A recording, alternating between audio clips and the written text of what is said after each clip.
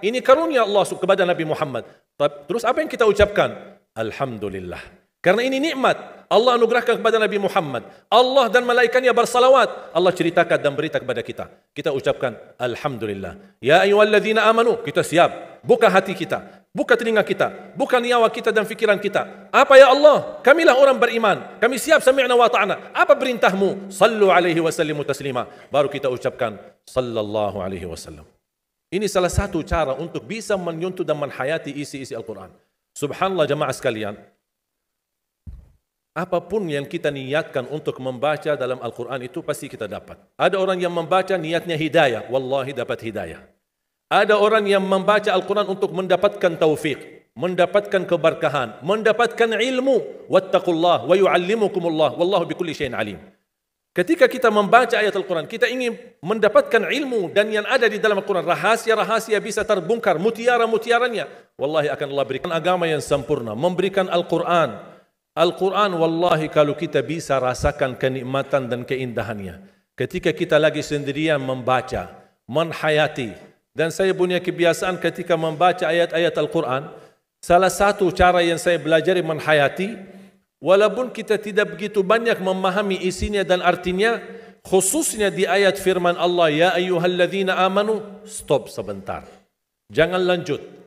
Rasakan ini panggilan Allah untuk dirimu. Hei orang beriman, andalah orang beriman. Anda membuka hati. Sebagaimana kata Abdullah bin Mas'ud, Idza sami'ta ya ayyuhalladzina amanu far'iha sam'ak, fa innaha imma amrun tu'maru bih wa imma nahyun tunha an. Kalau dengar ya ayyuhalladzina amanu, dengarlah baik-baik. Bukalah hatimu, karena itu ada pasti perintah dari Allah maupun ada larangan. Ketika kita sudah mempersiapkan jiwa kita, hati kita, pikiran kita, telinga kita mendengar ya ayyuhalladzina amanu dan kita merasakan bersedia, baru kita lanjut. Sebelumnya kita sudah, ya Allah, akulah beriman. Apa perintahmu? Apa laranganmu? Sami'na wa ata'na. Inna Allah wa malaikatahu yusalluna ala nabi. Seringkali saya mendengar ketika kita mendengar ayat ini di dalam khutbah Jumat ataupun di luar salat atau di saat ceramah. Saya sering mendengar jamaahnya buru-buru duluan bersalawat kepada Nabi Muhammad SAW. Inna Allah wa malaikatu yusalluna ala nabi, jamaah langsung sallallahu alaihi wasallam. Sedangkan belum ada perintah. Ini baru ada berita, belum ada perintah. Seharusnya terhadap berita, ini karunia Allah kepada Nabi Muhammad. Terus apa yang kita ucapkan? Alhamdulillah. Karena ini nikmat Allah anugerahkan kepada Nabi Muhammad. Allah dan malaikatnya bersalawat. Allah ceritakan dan berita kepada kita. Kita ucapkan Alhamdulillah. Ya ayyuhalladzina amanu. Kita siap. Buka hati kita. Buka telinga kita. Buka nyawa kita dan fikiran kita. Apa ya Allah? Kamilah orang beriman. Kami siap sami'na wa ta'na. Apa perintahmu? Sallu alaihi wa sallimu taslima. Baru kita ucapkan Sallallahu alaihi wasallam. Ini salah satu cara untuk bisa menyentuh dan menhayati isi-isi Al-Quran. Subhanallah jamaah sekalian, apapun yang kita niatkan untuk membaca dalam Al-Quran itu pasti kita dapat. Ada orang yang membaca niatnya hidayah, wallahi dapat hidayah. Ada orang yang membaca Al-Quran untuk mendapatkan taufik, mendapatkan keberkahan, mendapatkan ilmu. Wattaqullah wa yu'allimukumullah, wallahu bikulli syai'in alim. Ketika kita membaca ayat Al-Quran, kita ingin mendapatkan ilmu dan yang ada di dalam Al-Quran, rahasia-rahasia bisa terbongkar, mutiara-mutiaranya. Wallahi akan Allah berikan petunjuk. Contoh, Umar bin Khattab radhiyallahu anhu, seorang penghafal Al-Quran. Ketika wafat Rasulullah SAW, naik Abu Bakar radhiyallahu anhu. In kuntum ta'buduna Muhammadan fa inna Muhammadan qad mat. Wa in kuntum ta'buduna Allah fa inna Allah hayyun la yamut. Kemudian dia membaca, وما محمد إلا رسول قد خلت من قبله الرسل أفإن مات أو قتل انقلبتم على أعقابكم.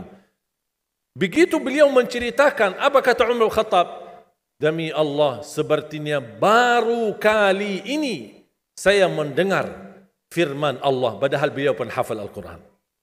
Pernah terjadi pengalaman bersama saya ketika saya baca Al-Quran. Baca salah satu doa, mungkin Bapak Ibu jamaah sekalian pasti hafal. Doa tidur dan doa bangun tidur. Doa tidur, Bismikallahumma amutu wa ahya. Ada banyak berbagai macam riwayat, tapi singkatannya bismikallahumma amutu wa ahya. Kemudian doa bangun tidur, alhamdulillah alladzi ahyana ba'da ma amatana wa ilaihin nusyur.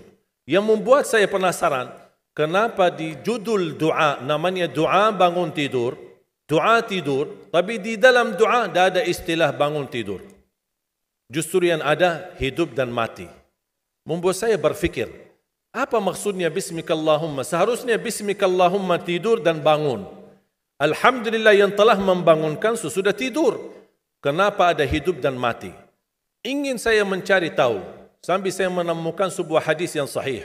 Alhamdulillahilladzi radda ilayya ruhi wa afani fi jasadi wa adhina li bi dhikri. Ini menjadi doa yang kedua, doa bangun tidur.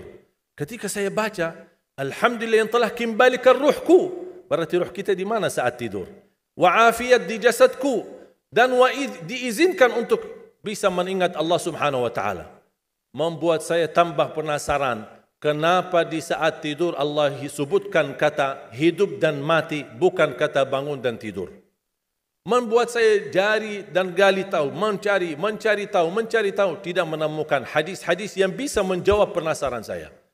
Subhanallah, ketika saya membaca Al-Quran, seperti biasa baca, setiap hari baca, meniatkan waktu, kadang 1 juz, kadang 2 juz, pas sampai saya di surah Az-Zumar.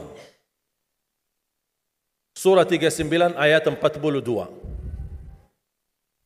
Allahu yatawaffal anfusa hina mautiha wallati lam tamut fi manamiha fayumsiku allati qada 'alayha al-maut wa yursilu al-ukhra ila ajalin musamma inna fi dhalika laayatin liqaumin yatafakkarun. Saya langsung sujud syukur. Saya berkata, itulah jawabannya. Allahu yatawaffal anfusa. 2 kali Allah memegang nyawa kita. 1 saat kita meninggal dunia. 2 saat kita tidur belum meninggal dunia. Allahu yatawaffal anfusa hina mautiha, ketika tidur mati, sudah meninggal dunia. Nyawa kita dimegang oleh Allah Subhanahu wa taala. Allahu yatawaffal anfusa hina mautiha wallati lam tamut fi manamiha, dan Allah memegang nyawa seorang ketika dia tidur tapi belum mati. Kalau soal sudah dimegang nyawanya ketika mati sudah selesai. Tapi Allah jelaskan lebih detail lagi, persoalan megang nyawa seorang ketika tidur belum mati. Fayumsiku allati qada 'alaiha al-maut. Allah Subhanahu wa taala menahan nyawa yang sudah ditetapkan oleh Allah kematiannya. Makanya ada orang ketika bangunnya subuh sudah meninggal dunia. Ternyata dia termasuk fayumsiku allati qada 'alaiha al-maut. Wa yursilul ukhra, tahap yang kedua, wa yursilul ukhra ila ajalin musamma, yang belum ditetapkan kematian, Allah kembalikan nyawanya untuk di waktu yang ditentukan dan ditetapkan oleh Allah Subhanahu wa taala. Itu beristiwa setiap malam Bapak Ibu. Dimegang nyawa kita dan dilepas. Bisa jadi ketika dimegang dipertahankan, tidak dilepas. Ini beristiwa menghadapi proses kematian setiap malam ketika tidur. Inna fi dzalika laayatil liqaumin yatafakkarun. Mana orang yang berfikir, itu tanda kebesaran Allah bagi kaum yang berfikir. Ketika saya baca buku-buku doa, ternyata saya menemukan doa yang hampir sama mentakwilkan ayat ini, tapi menjadi bentuk sebuah doa yang cukup panjang tapi sangat indah, apalagi kalau bisa kita menikmati dan menghayati isinya. Menjadi salah satu doa tidur. Tadi doa tidur ada 1 kan? Bismikallahumma amutu wa ahya. Doa bangun tidur ada 2. Alhamdulillahilladzi ahyana ba'da ma amatana wa ilaihin nusyur. Itu umum. Ada 1 lagi, alhamdulillahilladzi radda ilayya ruhi wa afani fi jasadi wa adhina li bi dhikri. Terus saya menemukan doa, ternyata doa tidur ada 2. Selain bismikallahumma amutu wa ahya, ada bismika rabbi wada'tu jambi. Dengan namamu ya Allah aku berbaring. Wa bika arfa'hu, dengan namamu aku angkat. Fa in amsakta nafsi, ya Allah, kalau nyawaku dipertahankan malam ini, farhamha, rahmatilah ya Allah. Wa in arsaltaha fahfadha, kalau dilepaskan nyawaku, jagalah diriku sebagaimana terjaga dirinya hamba-hamba yang saleh. Ketika saya baca, dan setiap malam bisa merasakan Bismika Rabbi wada'tu jambi wa bika arfa'hu fa in amsakta nafsi farhamha. Ketika saya baca fa in amsakta nafsi farhamha, saya bisa merasakan ketika Allah wafatkan saya malam itu. Dan saya sangat memohon rahmatilah aku ya Allah. Ketika saya sendirian saat dimandikan, saat saya sendirian saat saya dikuburkan, saya sendirian saat disalati, saya sendirian saat dihisab, saya sendirian saat menghadapi munkar nakir, saya sendirian saat mereka mengucapkan man rabbuka, ma dinuka, man nabiyuka. Kalau bukan rahmatmu ya Allah, saya tidak akan bisa apa-apa. Saya tidak bisa nyaman, saya tidak bisa selamat, saya tidak bisa bahagia. Bagaimana kuburan yang sempit dan gelap bisa menjadi kun fayakun rawdatum min riyadil jannah, taman dari taman surga. Bahkan Allah tunjukkan posisi kita di surga. Makanya seorang hamba yang bisa melihat posisinya di surga, dia berteriak, Ya Allah, aqimis sa'ah, segerakanlah datangnya hari kiamat. Sebaliknya orang-orang yang na'udzubillah, ketika disempitkan kuburannya, bertambah gelap, bertambah hitam, belum lagi turun azab, ditunjukkan posisinya di neraka di sampingnya, dan dia berteriak, Ya Allah, la tuqimis sa'ah, janganlah terjadi hari kiamat. Sudah aku disiksa di sini, sudah cukup, apalagi akan disiksa nanti di hari kiamat. Makanya ketika saya baca Bismika Rabbi wada'tu jambi wa bika arfa'hu fa in amsakta nafsi, ya Allah, kalau memang nyawaku malam ini dipertahankan, rahmatilah ya Allah, karena prosesnya panjang. Ketika Uthman bin Affan disebutkan surga dan neraka, tidak pernah nangis. Tapi ketika dibahas kuburan, 3 malam tidak bisa tidur. Kata beliau, Al-qabru awwalu manazilil akhirah. Kuburan itu langkah awal ke akhirat. Kalau itu lulus, lancar, bahagia, selamat, insya-Allah lebihnya aman dan sambil menuju ke surga. Tapi kalau kuburannya menderita, menjadi tersiksa, menjadi pahit dan tidak bisa nyaman, tidak akan bisa nyaman lebihnya dan selanjutnya, na'udzubillah min zalik. Wa in arsaltaha ya Allah, kalau memang kami di malam ini masih ditetapkan, masih punya umur dan dilepaskan nyawa kami, kami masih diizinkan untuk beraktivitas dan beribadah, mendekatkan diri kami kepadamu ya Allah. Kita ingat, fahfadha, jagalah dirimu, karena kami takut juga mengulangi dosa. Kami takut lagi mengulangi kesalahan. Kami takut menjadi orang yang suka selalu masbuk atau ketiduran dari salat. Kami suka terlalu banyak kelemahan dan kebodohan kami. Kami tidak mau ya Allah. Jagalah diri kami sebagaimana terjaga dirinya hamba-hamba yang salih. Wallahi jamaah sekalian, saya usulkan kalau bisa hafal doa ini, karena sangat indah.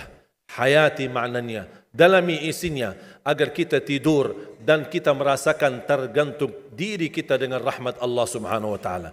Kalau memang mati malam itu, kita insya Allah dirahmati Allah.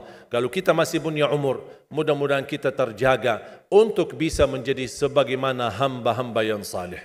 Jamaah sekalian, kematian itu jauh lebih dekat daripada titik nafas kita setiap hari.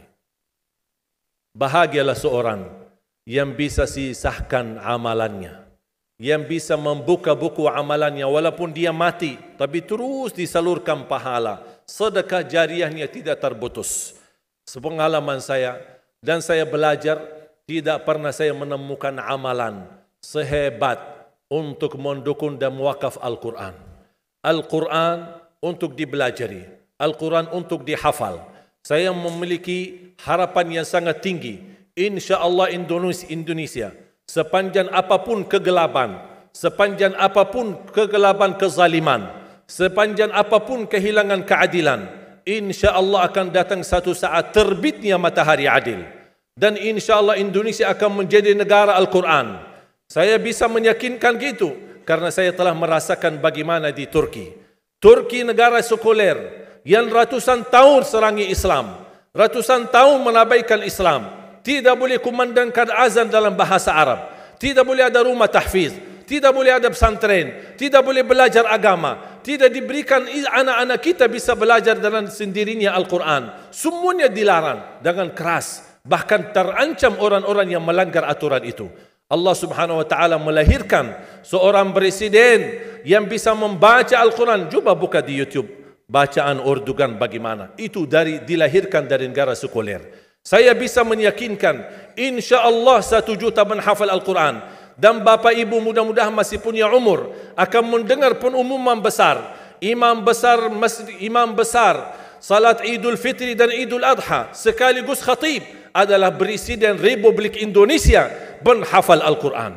Itu yang saya yakini, dan saya tidak pernah merasa lelah, dan saya selalu berkata sama istri, kalau saya mati itu pun karena saya bersama Al-Quran. Wallahi jamaah sekalian, yang bersama Al-Quran tidak akan merugi. Berkah rizkinya, berkah umurnya, terjamin kebahagiaan. Allah Subhanahu wa taala hanya minta satu, berkenan bersama Al-Quran di dunia. Apa yang kita dapat? Apa yang akan dibalas? Akan Al-Quran temani kita di dunia, akan temani kita saat sakratul maut, akan temani kita di kuburan membela kita, akan menemani kita saat kita dibangkit oleh Allah, akan menemani kita saat hisab, akan menemani kita saat berjalan di atas sirat yang sangat tipis dan panjang, bahkan tajam jalanannya. Begitu sampai ke surga, apakah Al-Quran melepas? Tidak akan melepas. Al-Quran masih berkenan, padahal kita hanya cuma sekali berteman sama Al-Quran di dunia. Dia begitu luar biasa panjangnya bertemanan sama kita sampai ke surga. Bahkan akan temani kita masuk surga. Sebagaimana bersabda Rasulullah SAW, yuqalu liqari'il Quran, ahlul Quran di dunia yang kesibukannya baca, kesibukannya hafal, tidak membuangkan waktu sia-sia, selalu bersama Al-Quran. Allah suruh dia, bacalah dalam surgamu, naik derajatmu. Baca, naik lagi. Tambah lagi baca, naik lagi. Sampai di posisi mana pun anda berhenti baca, disitulah posisimu di dalam surga. Bagaimana kata Siti Aisyah di riwayat Imam Muslim, jumlah tingkatan-tingkatan dalam surga Allah sesuai jumlah ayat Al-Quran. Oleh karena itu tidak ada yang lebih tinggi di dalam surga Allah daripada Ahlul Quran. Cukuplah bahagia Ahlul Quran ketika di hari kiamat dipanggil, semua manusia dibangkitkan oleh Allah. Malaikat memberikan pengumuman, mana Ahlul Quran? Berdiri, rapat, berdekatan. Mereka maju. Mau bawa kami ke mana? Kalian terpilih menjadi orang yang terdekat sama Allah. Karena Ahlul Quran adalah keluarga Allah Subhanahu wa ta'ala. Bukan hanya kita sendiri yang mendapatkan anugerahnya dan manfaatnya. Semua keluarga kita, termasuk orang tua kita dan orang yang ada di sekitar kita. Makanya jemaah sekalian, kalau anda gagal penghafal Al-Quran, anakmu pun gagal penghafal Al-Quran, jangan sisahkan walaupun saham menjadi saksi baik di hadapan Allah. Ya Allah, saya belum hafal, anakku gagal penghafal Quran, tapi insya Allah hartaku, usahaku, pikiranku, tenagaku bisa terus memperjuangkan Al-Quran. Apa saja, ya Allah, insya Allah menjadi saksi baik. Dan nanti di hari kiamat, insya Allah kita bersama Ahlul Quran mendapatkan syafaatnya Al-Quran di hari kiamat. Kita sangat membutuhkan ayat-ayat yang dikumandangkan ketika meninggal dunia. Insya Allah setiap satu huruf akan disalurkan 10 kebaikan. Mudah-mudahan semua yang hadir diberikan kemuliaan dan keanugerah dari Allah menjadi Ahlul Quran, penghafal Al-Quran, penghayati Al-Quran, para pencinta Al-Quran, berakhlak-akhlakul Quran. Ya Allah, aku mohon atas izin-Mu ya Allah, kami bersama-sama bertemu di masjid ini. Berilah kepada kami kemuliaan bersama-sama bersama Ahlul Quran di dalam surga-Mu ya Allah, ya Dzal Jalal wal Ikram, ya Arhamar Rahimin, ya Arhamar Rahimin. Anugerahlah kepada kami anak dan keturunan penghafal Al-Quran, anak dan cucu penghafal Al-Quran yang mampu menjaga nama baik keluarga kami, yang mampu membanggakan kami di hadapan-Mu hari kiamat, yang mampu menhadiahkan mahkota untuk kedua orang tua kami. Birahmatika ya Arhamar Rahimin. Ya Allah, maafkan kalau kami tidak berhasil menjadi penghafal Al-Quran. Tapi ya Allah, kami kurbankan nyawa kami, harta kami, usia kami, tenaga kami, pemikiran kami, ilmu kami untuk Al-Quran, agar Indonesia ke depan menjadi negara Al-Quran, agar Indonesia menjadi contoh terbaik untuk mata dunia, agar bisa kita melahirkan. Karena saya meyakinkan ya Allah, dan kami semua meyakinkan, terjamin masa depan Indonesia baldatun tayyibatun wa rabbun ghafur kalau selalu bersama Al-Quran. Ighfir lana wa liwalidina wa li jami'il muslimina wal muslimat wal mu'minina wal mu'minat al ahya'i minhum wal amwat. Rabbana atina fid dunya hasanah wa fil akhirati hasanah wa qina adzaban nar. Wa sallallahu ala sayyidina wa nabiyyina Muhammad wa ala alihi wa sahbihi wa baraka wa sallam walhamdulillahi rabbil alamin.